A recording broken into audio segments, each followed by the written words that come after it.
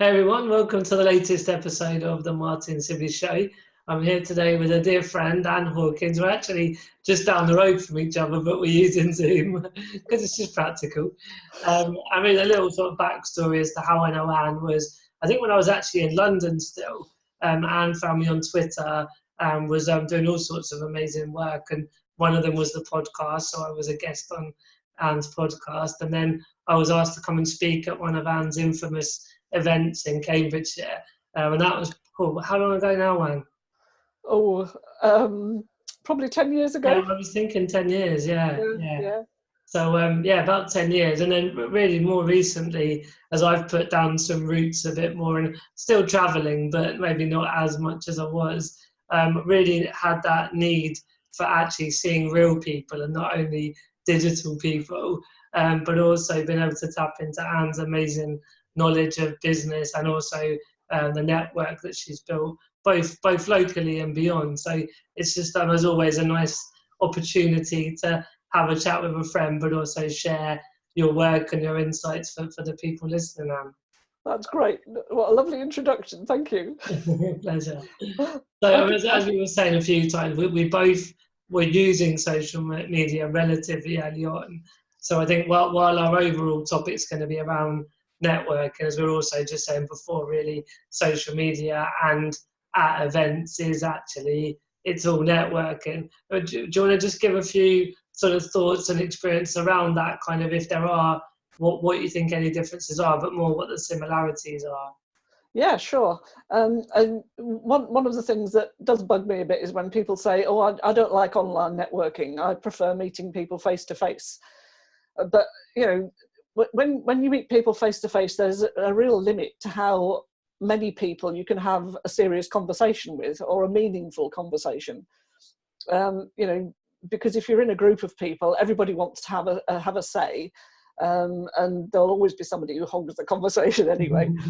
But online, you know, you could just by expressing an opinion, you can reach so many more people. Yeah, and you can have the most fantastic conversations just by exchanging a few lines of type. Yeah. And Twitter in particular, I know Twitter's a big favourite of yours, and it has been for mine from 2009 or whatever when I joined. But on Twitter, you can really tell somebody's sense of humour, and whether they just get you or whether they're off on another planet somewhere. So like speed networking. Yeah, you can just get an idea of who somebody is and what they're like so quickly. And then the beauty of it is that you can decide whether you want to carry on that conversation or not. And if you don't, you just leave. Yeah. It's not like saying, to somebody that you're face to face with, oh, excuse me, I've just got to, go and get a drink, or I'm going to go and talk to this person. You don't need to make any excuses. So to me, it's much more efficient and to be honest, a lot more fun. Yeah. And less stressful than face to face meetings. Yeah, no, I agree. Well, we'll sort of loop back a second, because obviously some people listening and watching on the podcast may not have come across you. I feel like they probably most will have, but it'd be great just to give a little bit of a background to you. I often do ask my guests just to share a few areas of background and work that you think most sums up and appropriate for who you are and where you've come from. Yeah, okay. Well, I think one of the things that kind of runs through everything that I've done since I started my own business is about putting other people in the spotlight.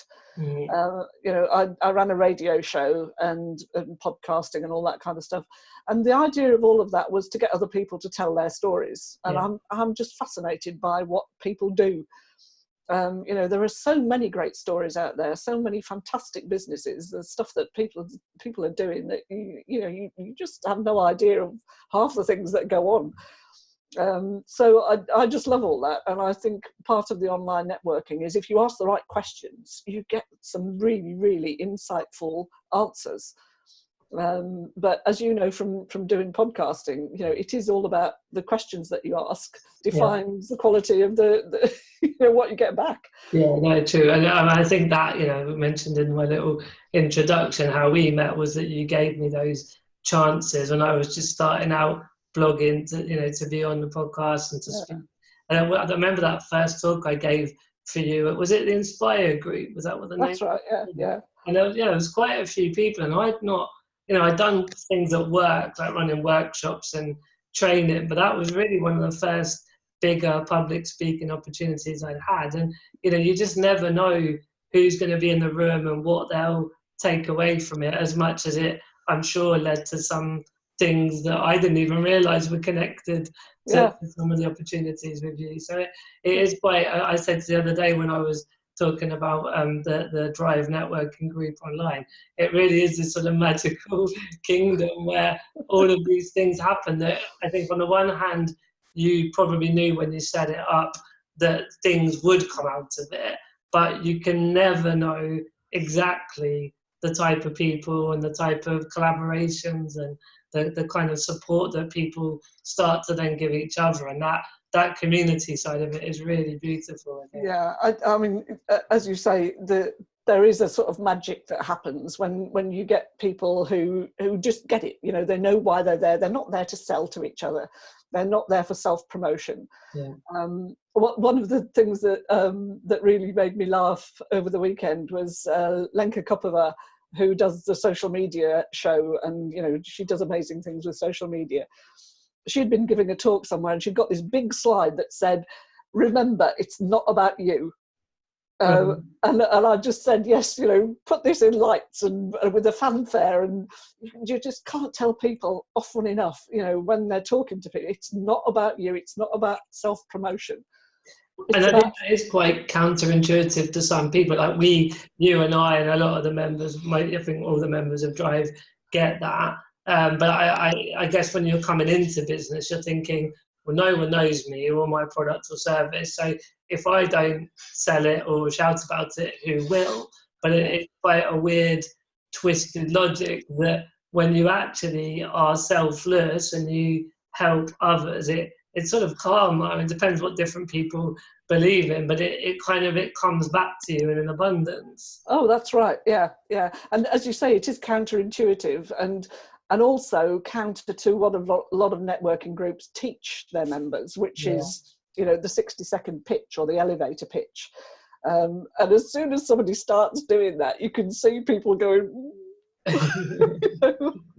it really puts people off, doesn't it? So asking questions, finding out about people, you can't sell something to somebody if they don't know you.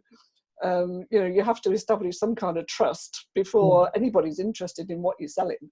Yeah. So they've got to know you first as a person. Yeah, it's at the end of the day, we all work with people, don't we? As much as there are companies and there are products and services, in the end, it's all people that are involved in that, and we have to trust and generally I think it's preferable that whatever we're doing, we have fun and we get on with people. Yeah.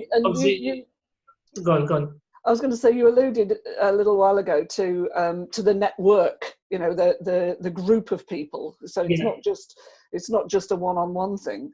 It's, once you've established a relationship with one person, they are most likely to introduce you to other people. Yes. And you talked on Facebook the other day about, you already knew me, and I twisted your arm to come and do a Pecha Kucha talk. Yeah. And from there, you met Brian and you met Chris. Yeah. And you formed relationships with them, and they then introduce you to other people, and you introduce them to other people, and that's how you build a network. Yeah, and web effect, isn't it? Those networks are invaluable. Yeah. I was approached the other day by a guy, I haven't seen him for 4 or 5 years. And he suddenly popped up and said, I've got this opportunity to do this, and I'm looking for people to do that. And I know you know lots of people. Who can you recommend? And so we've gone into this fantastic situation where, I can recommend all kinds of people to him, and I'm getting involved myself, and there's this whole new project coming up. And that's all because, you're in somebody's radar. Yeah. And it's not about posting flash things on LinkedIn or whatever, it's just having that trusted relationship in the first place. Yeah, that's so true. I mean, you mentioned Brian, and the support that he started to give us on Horizons at looking at how we might get a corporate partner, and he's done it pro bono, and he's not once sort of hinted and mentioned that there's going to be some day where he's going to call in the favour. It's totally selfless. Yeah. And obviously, as again, we're talking about it on Facebook the other day, but that his project about funding the families in Uganda with the new way of farming, I'm just so bowled over by his help that I just felt compelled to donate to his charity. And that's that. You know, it was almost like we got the help first, but and there was no rule or forced nature that made us give back it, and it felt bloody good as well to actually help him. It always tickles me when people, you know, sort of say things like, well, you know, if you recommend me to so and so, I'll pay you a commission fee or this or that. Yeah, that's I've never really got that at all, because, you know, if I think somebody's good, I'll recommend them anyway. I'm not doing it to get something back. And I don't even believe in this karma thing, you know, that what goes around comes around. I think a lot of people just, if they can help, they will. Yeah. And that's it. That's the end of it. You know, you might get something back, you might not. Doesn't matter. I'm sure I read in one of the millions of blogs and books over the years that there's some part of our DNA, really, our biology, that we all needed to survive in herds and networks and groups, and so that giving that value makes you more secure on a sort of survival level. And obviously we're not in those times now, but it's kind of coded in our DNA and our biology. Yeah. And just somebody saying thank you, that gives you a dopamine hit. You know, there is a psychological and a physical effect of that, that it just makes us feel good. So just do it. Just do it. Love it. So we know that you run a network, because obviously that's the big topic we're talking about today. And we know that you started a business when you first said at the beginning of the interview about when you first got into business, and the theme was about giving a spotlight. So how would you describe the business, that the first one you set up, and how has your business kind of changed over time? Oh, well, my first business, as you can see, was a long time ago. And it was about interpersonal relationships, funnily enough. It was training people in communication skills. Okay. And before then, I was an employee. It's a long time ago, where I was hiring apprentices and testing apprentices and devising training schemes for apprentices and all that kind of stuff. And that was in the days when an apprenticeship lasted 7 years. Mm-hmm. And people had to sign indentures with their parents in order to become, you know, it's a proper legal document. Yeah. But that's, as I say, that's a long time ago. So yeah, it's I guess my interest has always been around communications and how people can communicate better with each other. And of course, most of that happened before there was the internet, and let alone social networks and things. Yes. So it was all, you know, person-to-person stuff. But I honestly don't think there's much difference between communicating online and communicating in person. And how about the coaching? So, because I mean, we're quite similar in a few ways, I think, actually. But I know that when you try and describe what you do, people love labels, and so like when I get asked to give a talk, I'm thinking, well, is it the author bit? Because and like you as well, you've written a book on business, or is it the coaching bit, and is it the community bit? You know, and I think they're tools, aren't they, that help to communicate, and so you can wear different hats for different occasions. But as you say, there's the theme for you is more around communication and empowering people as well. Yeah, it is, and I guess that came about because, you know, almost simply by virtue of being around a long time, people started asking me, well, how do you do this, and how did you do that? And because, you know, it had been successful over a number of years, and I did have quite a big training company that you know, I then sold to a bigger training company and various other things like that. So there was quite a bit of business experience built into it. Yeah. And then people, you know, were asking me, how do I do this? How do I do that? Could you help me to do this or run my business better? And so it kind of just morphed into more of a coaching, mentoring kind of situation. And a lot of that, it started out being free advice, and then it got to the point where I was doing so much of that, I thought, hang on a minute, I'm actually doing more of this than doing the business. So the business kind of changed over. And my business now is mostly, mentoring and coaching people to run a better business, to build a business. I've got a real bee in my bonnet about freelancing. I think there are so many freelancers who've just created a job for themselves, and they are the worst boss they've ever had. They're working all the hours. They've got no security. They've got, they never go on holiday. They can't afford to. They charge low rates, and generally, they're constantly looking for new work. Yeah. So I'm really on a mission now to help people to build a business. A business that can actually run without you. Yeah. If the only thing in the business worth anything is you, then you literally have just made a job for yourself, not a business. Yeah, and that's some of the things we amongst, obviously, say there's lots of people you've been supporting, but that's one of the things you've been helping me with. That obviously I was able to use the social media and to become an influencer, and I've always been quite clear on my vision and mission to do with inclusion, but there wasn't enough kind of structure and stability on the business side of it. So it's personally it's been invaluable to not feel as stressed about all of that side just from your experiences. I really believe, if you can't go for a fortnight's holiday and the business will still run and earn money while you're away, and you're not worried about it, and you're not having to log on to things every 5 minutes, then that's a business.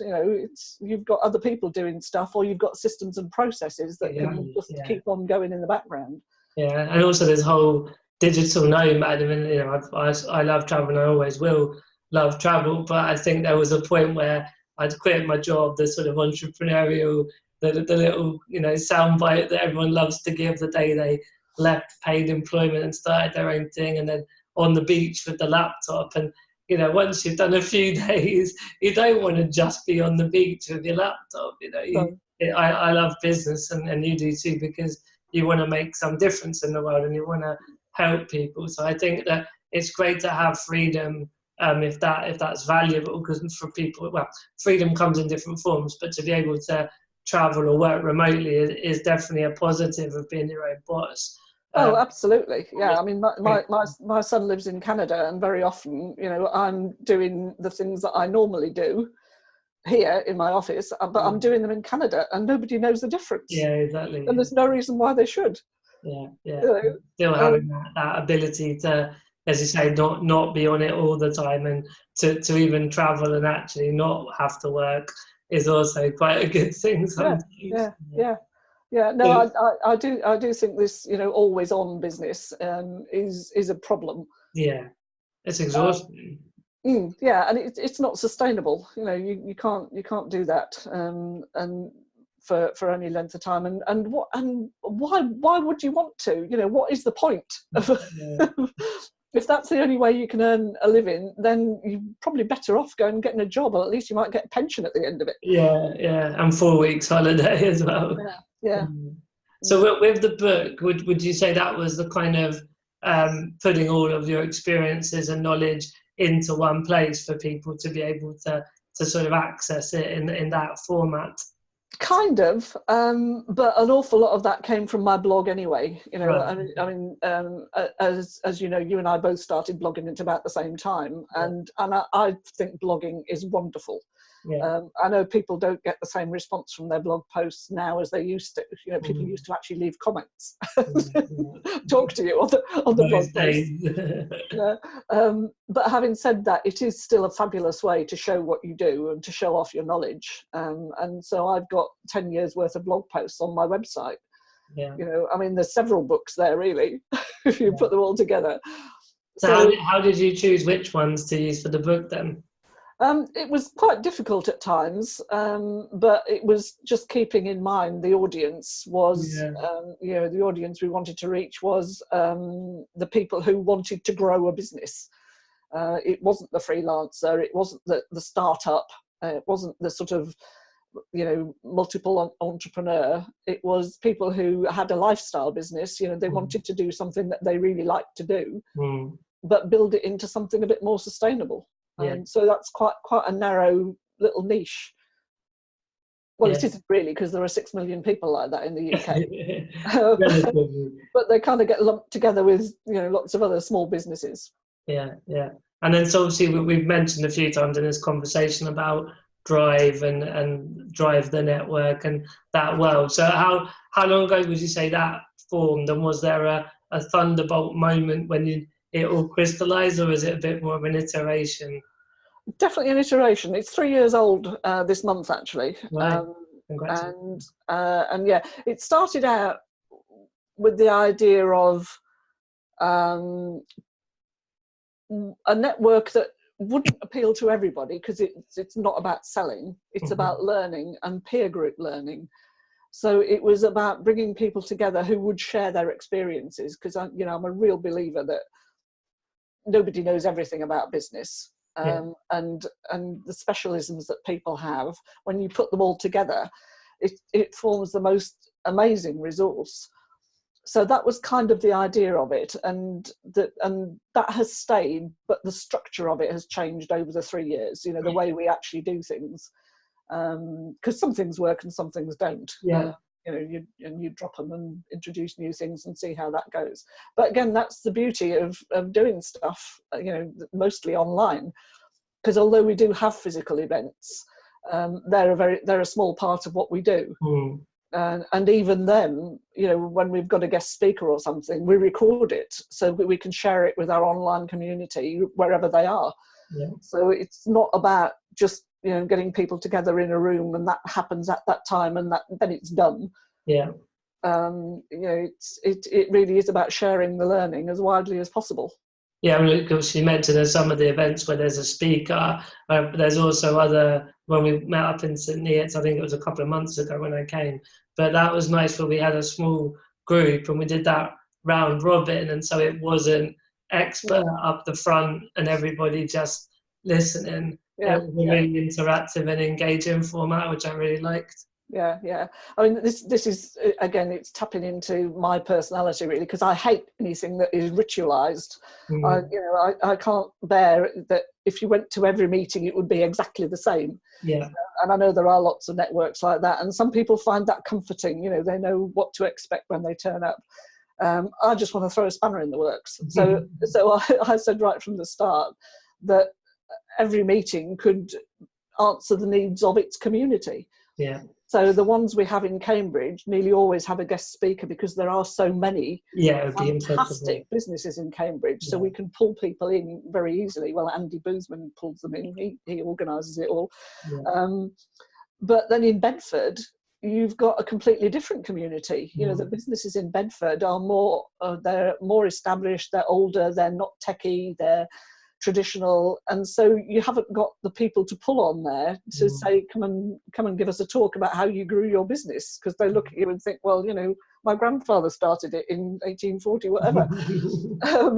There was no Twitter then, that's for sure. So that community of people, you know, we do different things with according to what they want, and the group leader for each group has the freedom to do what they think is best. Which really, I guess offline and online, as we said, that it is networking in both formats, but it's also a lot about the community itself, giving feedback and defining it, isn't it? It really is about that community. It's about you know, people finding their own support, because as everybody who runs a business knows, it's a lonely business doing that. You know, you suddenly find, especially if you've just come out of employment, you don't have that support team, you don't have a line manager, you don't have someone to bounce ideas off of, or to say, you know, is this legal? Or even the very basic stuff. So finding that really trusted group of people that you can shove anything out to and say, what do you think of this? And getting some really honest answers with, nobody's got any side, you know, nobody's got an agenda. They're just honestly trying to help each other. And that is just so powerful. It's brilliant. And another area that helps is sort of, you know, when you need an accountant or legal advice as well. Like, I mean, some businesses have them in-house, some don't need them, but when you go on your own, you then obviously need that sort of accountancy input and things like that. So those referrals are more more trusted from the local network. Yeah. And so with the online stuff, it's a loaded question because I know, because I do them, but it'd be great to just share some of the different ways that you support the network in an online way. Well, we have 3 structured events every week. So we have a Monday check-in, where everybody can come and I usually give some kind of prompt, like this week it's what are you doing to be fabulous this week? Yeah, and this is in the Facebook group, right? Yes, that's right. Yeah. And that's it's just to get people talking to each other. So some people will just put a little post and say what they're doing, and then they go off and they don't respond to anybody else. The ones that get the most out of it are the ones that actually talk to each other. So somebody says, this is what I'm doing this week, and somebody will ask them a question, and then they get into a conversation about it, and everybody else is listening and watching, and they chip in as well. And that's really, that is proper networking. Yeah. So we do that on a Monday, and we do the same on a Friday. What was your week like? Good, bad, or indifferent? And again, that's really important that people share stuff that is, it's not all gilding the lily. It's not all, oh yeah, I've got a great opportunity, this fantastic contract, and blah, blah, blah. Yeah, it's the nitty gritty as well. Because not every week is like that. I mean, things really do go wrong, and people feel awful, and they're ill or whatever, and being able to say that honestly and openly, and have this community around you that literally gives you a virtual hug, and says, what can we do to help, and don't worry, next week will be better, and all that kind of stuff. It is so important. Yeah, agreed. And then the other fantastic thing we do is every week on a Wednesday we do an Ask the Expert session. Yeah. So we literally get a member of our community to say, this is what I'm good at, ask me anything you like. And the stuff that so and then we write it all up afterwards as a blog post. So we've got 3 years worth of fantastic, what's that, about 150 blog posts. Wow. Of expert advice. I mean, real expert advice in response to a question.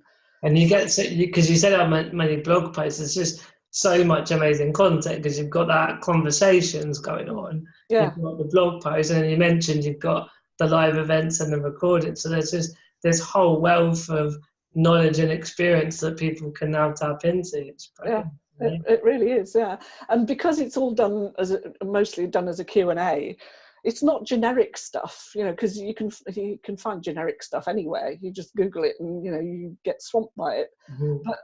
But you don't know who to trust and who not to trust and whatever. But because this is actually answering somebody's question who's in business, and it's giving them proper facts and figures, and this is how you do it, it's all so relevant. It's just brilliant. Yeah. Well, without this podcast episode being a massive testimonial, I love it. And that's obviously, but there's a lot of other people that I can tell are getting a lot out of it. So I was sort of thinking a look to the future. I know that already you're just about to launch is it called a 6-step program? Is that what that's right. Do you want to explain a little bit more about that? Yeah, sure. And well, that's kind of come about because, as you said, there is so much information on the website now that people who are coming at it for the first time are kind of a bit, where do I start? Yeah. So what we're doing, starting on the 29th of May, is every month we're going to have a specific topic. So we've said, there are 6 things that everybody really needs to know about business. One's time, one's money, marketing always, because everybody thinks that's the only thing you need to build a business. So how to really make marketing, decide on the plan, really, that's all about. And then following on from that is how you get sales, because lots of people do lots of marketing, spend a lot of time on market, never try and make a sale. That's another recent one for me. I just presume that when you've got influence and a lot of noise, it just happens on the sales, but you still need that kind of function that actually converts sales. And not just making new sales, but following up, because it's so much easier to sell to people who are already customers. But lots of people don't do that. They make one sale and they never contact those people again. Yeah. So that's the other one we're covering. And then there's all about systems and processes, which we've called freedom, because that's the bit where you go on holiday and your business runs without you. So you get all of that going. And the other thing really is about, have you got the right foundation? Have you got have you got a decent website? Have you got the right domain name? Have you got, are you a limited company? Do you need to be? All of that kind of nitty gritty stuff. Yeah. So each month we're going to be covering one of those in a Zoom call just like this. So, and as you know, you can have up to 100 people on a call like this, which I'm not expecting that many people, but but people can then ask questions. But then what we're doing then is taking it into a private Slack group, which we've got for Drive already for our premium members. So everybody then will be able to get into a conversation with an expert on that topic.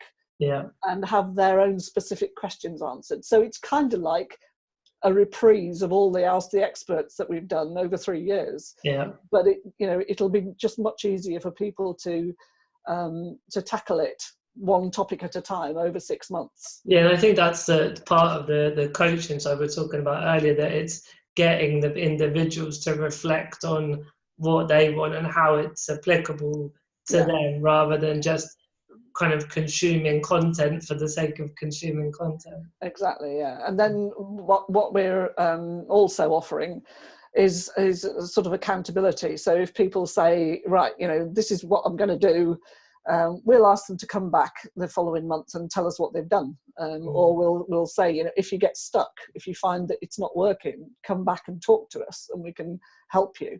Yeah. So what we're aiming for is that everybody who takes part in this program, by the start of 2020, they'll have a proper business plan, marketing plan, sales plan, financial plan, sales processes and systems plan. They'll have it all there. So come 2020, they're off. They'll have a proper structure there to actually build a business. Yeah, no, that's good. I'm looking forward to it. It's going to be exciting. And are there any other ideas in the pipeline, or is it sort of that's the big one for the moment? I think that's the big one for the moment, but because it's all interactive, because we respond very quickly to what our members want. Yeah. If stuff comes up out of that, then we can do a segue into something else very quickly. But until you actually get people together in a group working, you never know what it is that's going to come out. Yeah. Well, I know for me, even just going through it's actually really helped with some of the tools and the ways to engage the community that I run. So as you know, with World Changers, I've tried to bring some of the check-ins and the hugs and love for that community. So it's even the kind of the way that you run Drive has been really, really useful for helping my community, and that's been a fantastic experience as well. As you say, it sort of takes on a life of its own, that you give others the spotlight and the chance to shine, and a place to give ideas, and it all kind of rolls on, and it's amazing. Yeah. It is interesting. I mean, even in a public Facebook group where you get a lot of really bad things said about those groups, people posting inappropriate stuff, or I have very, very little problems with that at all. There are hardly any posts that I don't allow.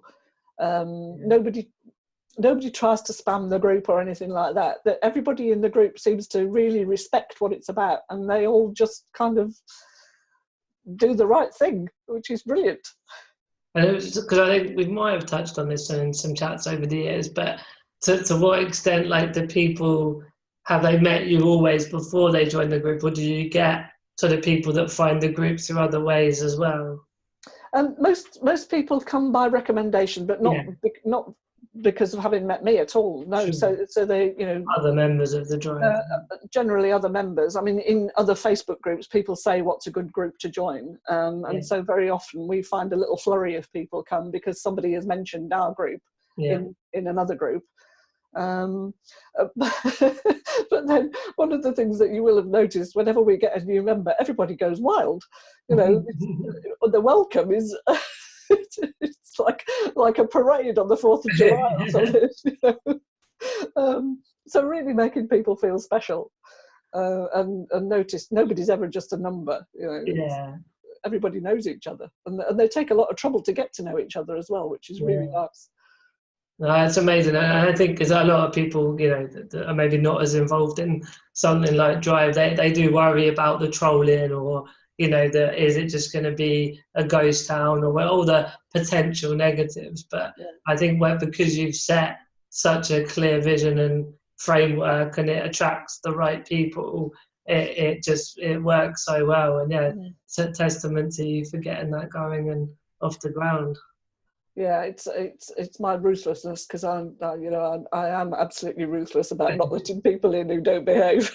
Yeah, and that, I've not. I suppose I have to do that with Horizons and World Changers groups. But even when I've done monitoring panel debates, it's always when you get an audience member that just hijacks the Q&A, and at some point, as much as you don't want to be rude or off, but they've got to go, because it's for the greater good in the end, isn't it? Yeah, absolutely. And I mean, it used to be a lot easier before social media, when you just had a mailing list. So you would physically invite people to come to events. If people didn't behave, they just got dropped off the list. That was it. I never got another invitation. So it's the same principle. So before we close off, Anna, is there anything that you'd like to mention on the topic of networking for people that, I guess some might be listening to it because they want to curate and create something like that, but I think the masses are obviously going to be considering what networks they might want to join. So just any final thoughts for those two types of people, really? Yeah, the first one is, as we mentioned with Lenka earlier on, it's not about you. It's not about you being clever and smart and popular or whatever and selling stuff. It's all about it's about being curious, really. I think the more curious you are about other people and finding out what makes them tick, and what you can learn from them, that's probably the best place to start. So not what do you do, but why did you come here today, or what brought you here, or why do you do what you do? It's a much more interesting question. So definitely take it from that angle. But also there's this business of it's called Dunbar's number. I don't know if you've come across this. It's a social anthropologist discovered that we can maintain social relationships with a group of about 150 people. But what you need to remember is that those 150 people all have their own 150 people. So if you start to think about it, that exponential growth. And it comes right back to what we were saying before. Before you came to Petracouch, you didn't know Brian, you didn't know Chris. But now you not only know those two people, but they can introduce you to their 150 people. And as soon as you get into one of that, and so you've got all this stuff going on all around you. So it's actually very easy to build a powerful network. But you don't need to know everybody in it. And like we said, you don't always know when and how that will be useful, but eventually there'll be, I need a photographer or a videographer, whatever, and suddenly there's all these different people that know different videographers and photographers and all that. There's another couple of things. One that you brought up a little while ago in one of the discussions in our Slack group was about not being vanilla. And I understand that some people are nervous about networking and they don't want to put themselves out there and be opinionated. But if you haven't got an opinion on anything, if you're so afraid of saying what what your values are, because it's the values that we all relate to with other people. So if you don't stand up for anything or stand out in any way, nobody's going to remember you. There's nothing to latch onto, is there? So you've got to be the person that actually makes people laugh or angry or this or that or whatever, because you've got an opinion. Yeah, and I love that chat we had with Helen in the group. It's sort of back to what we were saying about labels. She understandably didn't want to just be consultant, coach, da, da, da, da, da. And then a few people had said about being a fairy geek mother. And it's branding, basically, isn't it? It's the name that is almost representative of your values, which is who you are, and you have to wear it, your heart on your sleeve. And I think that's going to make her so much more memorable, because it's such a cool, catchy name than another consultant, you know. Yeah, that's absolutely right. But yeah, so if you're building a network, it really is about what can you give to it, and how you pass that information on. I mean, you and I know, are constantly connecting people. Yeah. And Twitter is particularly good for that, because it's so quick. Somebody says, I need somebody to do this, and you say, oh, and it's done. Yeah. It's not like sending an email and doing an introduction and all that kind of stuff. Yeah.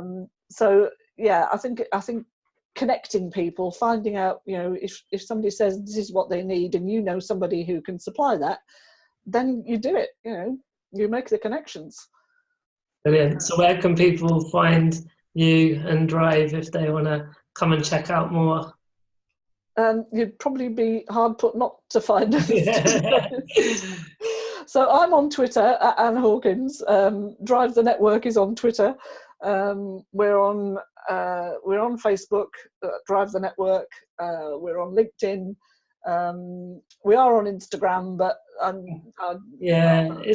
a bit about Instagram. I know what you mean. Yeah.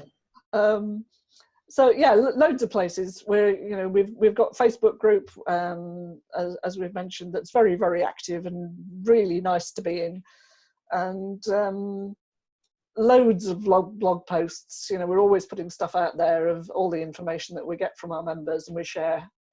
So yeah, there's always somewhere to find us. Perfect. Well, thank you for your time. And of course, drivethenetwork.com. The website. Perfect. Yeah, well, thanks again for all your time and knowledge and wisdom, man. It's a pleasure as always.